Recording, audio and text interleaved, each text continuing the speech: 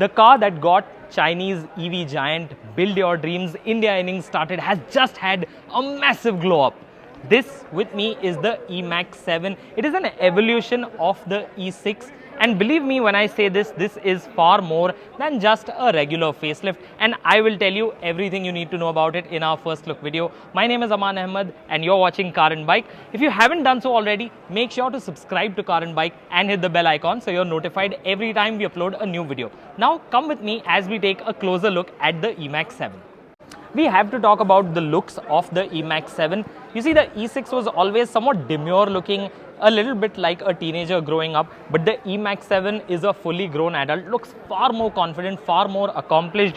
There are 4 colors to choose from. This is the blue option. I think it looks really nice in the flesh. As you will see, the front end now has more in common with the Atto 3, especially this blade-like element which connects the headlights, and the headlights themselves have this really interesting cube-like projector element which reminds me a little bit of some Skoda cars, but overall this is a much more confident front end. I really like how this looks. Along the sides you will notice that the alloys have changed. The size remains the same at 17 inches, but these are now dual tone alloy wheels, look much nicer than before. In profile not much else has changed. You get some more chrome along the window line and along the base of the vehicle, and when you come over towards the back, as you can see, the charge port is located over here on the right side. And at the back, the first thing you will notice is that the tail light design has changed. The tail lights are now connected. They also have a different shape, much more Audi-like in their treatment. And the tail section once again looks far more well-rounded than before. I personally really like what BYD has done with the exterior of the eMAX 7. But what do you think? Let me know in the comments. Now let's step inside because the big changes are all over there. The first thing you realize when you sat in the BYD E6 was that it was really geared towards the commercial side of things. The interior felt a little basic and a little bare, but that has changed with the eMAX 7. This feels far better appointed than the E6. You get a dual tone interior color scheme, so you've got brown upholstery and black plastics around you. The touchscreen is now bigger. This is now 12.8 inches, but as before, it can be rotated, so you can have it in portrait mode or in landscape mode. I feel like this could probably obscure vision a little bit while driving in portrait mode. Down here, you will notice the console has also changed. You now get wireless phone charging.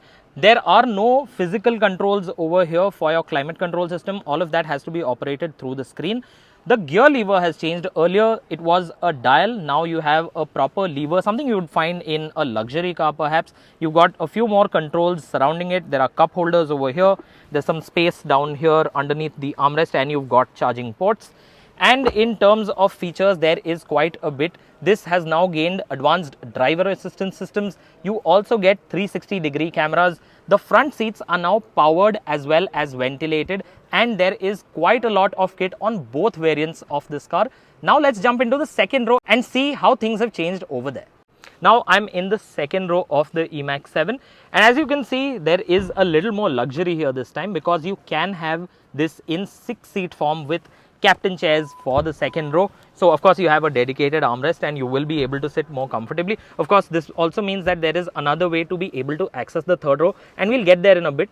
But I will tell you what it's like at the back. The seat feels fairly comfortable. Under thigh support is a little bit short because the floor is a little bit on the higher side, but thankfully there is no transmission hump. Of course there isn't because this is an electric vehicle. And over here you will see the dedicated aircon control switches down here. There's some storage space built in over here, and you have USB ports over here, type A and type C, to charge your phone. And of course I have to talk about the panoramic glass roof. This is a fixed roof, it won't open, but this does add airiness to the cabin. Now let's step into the third row and see what that's like. So now I'm in the third row of the eMAX 7. Remember, the E6 never came with a third row. In terms of comfort, I have to say that the seats are a little low, so you are a little short on under thigh support, but you have decent headroom as long as you are of average height. I'm sure taller people will struggle at the back. You can adjust the second row seats to be able to liberate more legroom. And in terms of comfort, you do have a dedicated AC vent on the roof, and you also have a cup holder back here. And the glass roof stretches almost all the way back, so you won't exactly feel hemmed in. But over longer distances, it remains to be seen just how comfortable the third row of the eMAX 7 will be. Now let's take a look at the boot space of this car.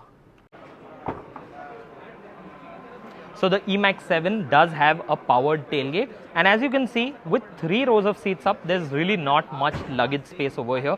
It's around 180 liters, but if you want more space, you can simply pull these and fold down the rear seats to get more than 500 liters of storage space. And when you need to close it, you can just hit the switch and it's done.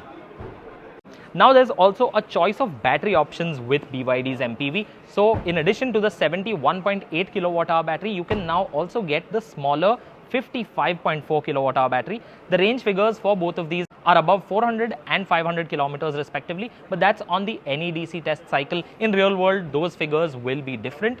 But the bigger change comes with the motor and its output. Compared to the E6, the top variant of the eMAX 7 has more than twice as much power. The two variants have 160 bhp and 201 bhp respectively, and torque output is 310 Newton meters. The 0 to 100 kilometers an hour time for the smaller battery version is 10.1 seconds, and for the bigger battery version is 8.6 seconds. Top speed remains 180 kilometers an hour. Now let's talk about the prices. The eMAX 7 starts at 26.9 lakh rupees for the premium 55 kilowatt hour version and goes up to 29.9 lakh rupees for the fully loaded 71.8 kilowatt hour version. You get an 8-year battery and motor warranty with the eMAX 7 like you did with the E6. What do you make of the eMAX 7? Do you think it is a worthy upgrade over the E6? And would you consider buying this instead of a Toyota Innova Hi-Cross, which in hybrid form costs very similar to this one? Let us know your thoughts in the comments section. If you have any feedback for us, we'll be happy to hear it. If you found this video informative, if you enjoyed watching it, then remember to give us a thumbs up. And if you know somebody who'd be interested in the eMAX 7, then remember to share this video with them.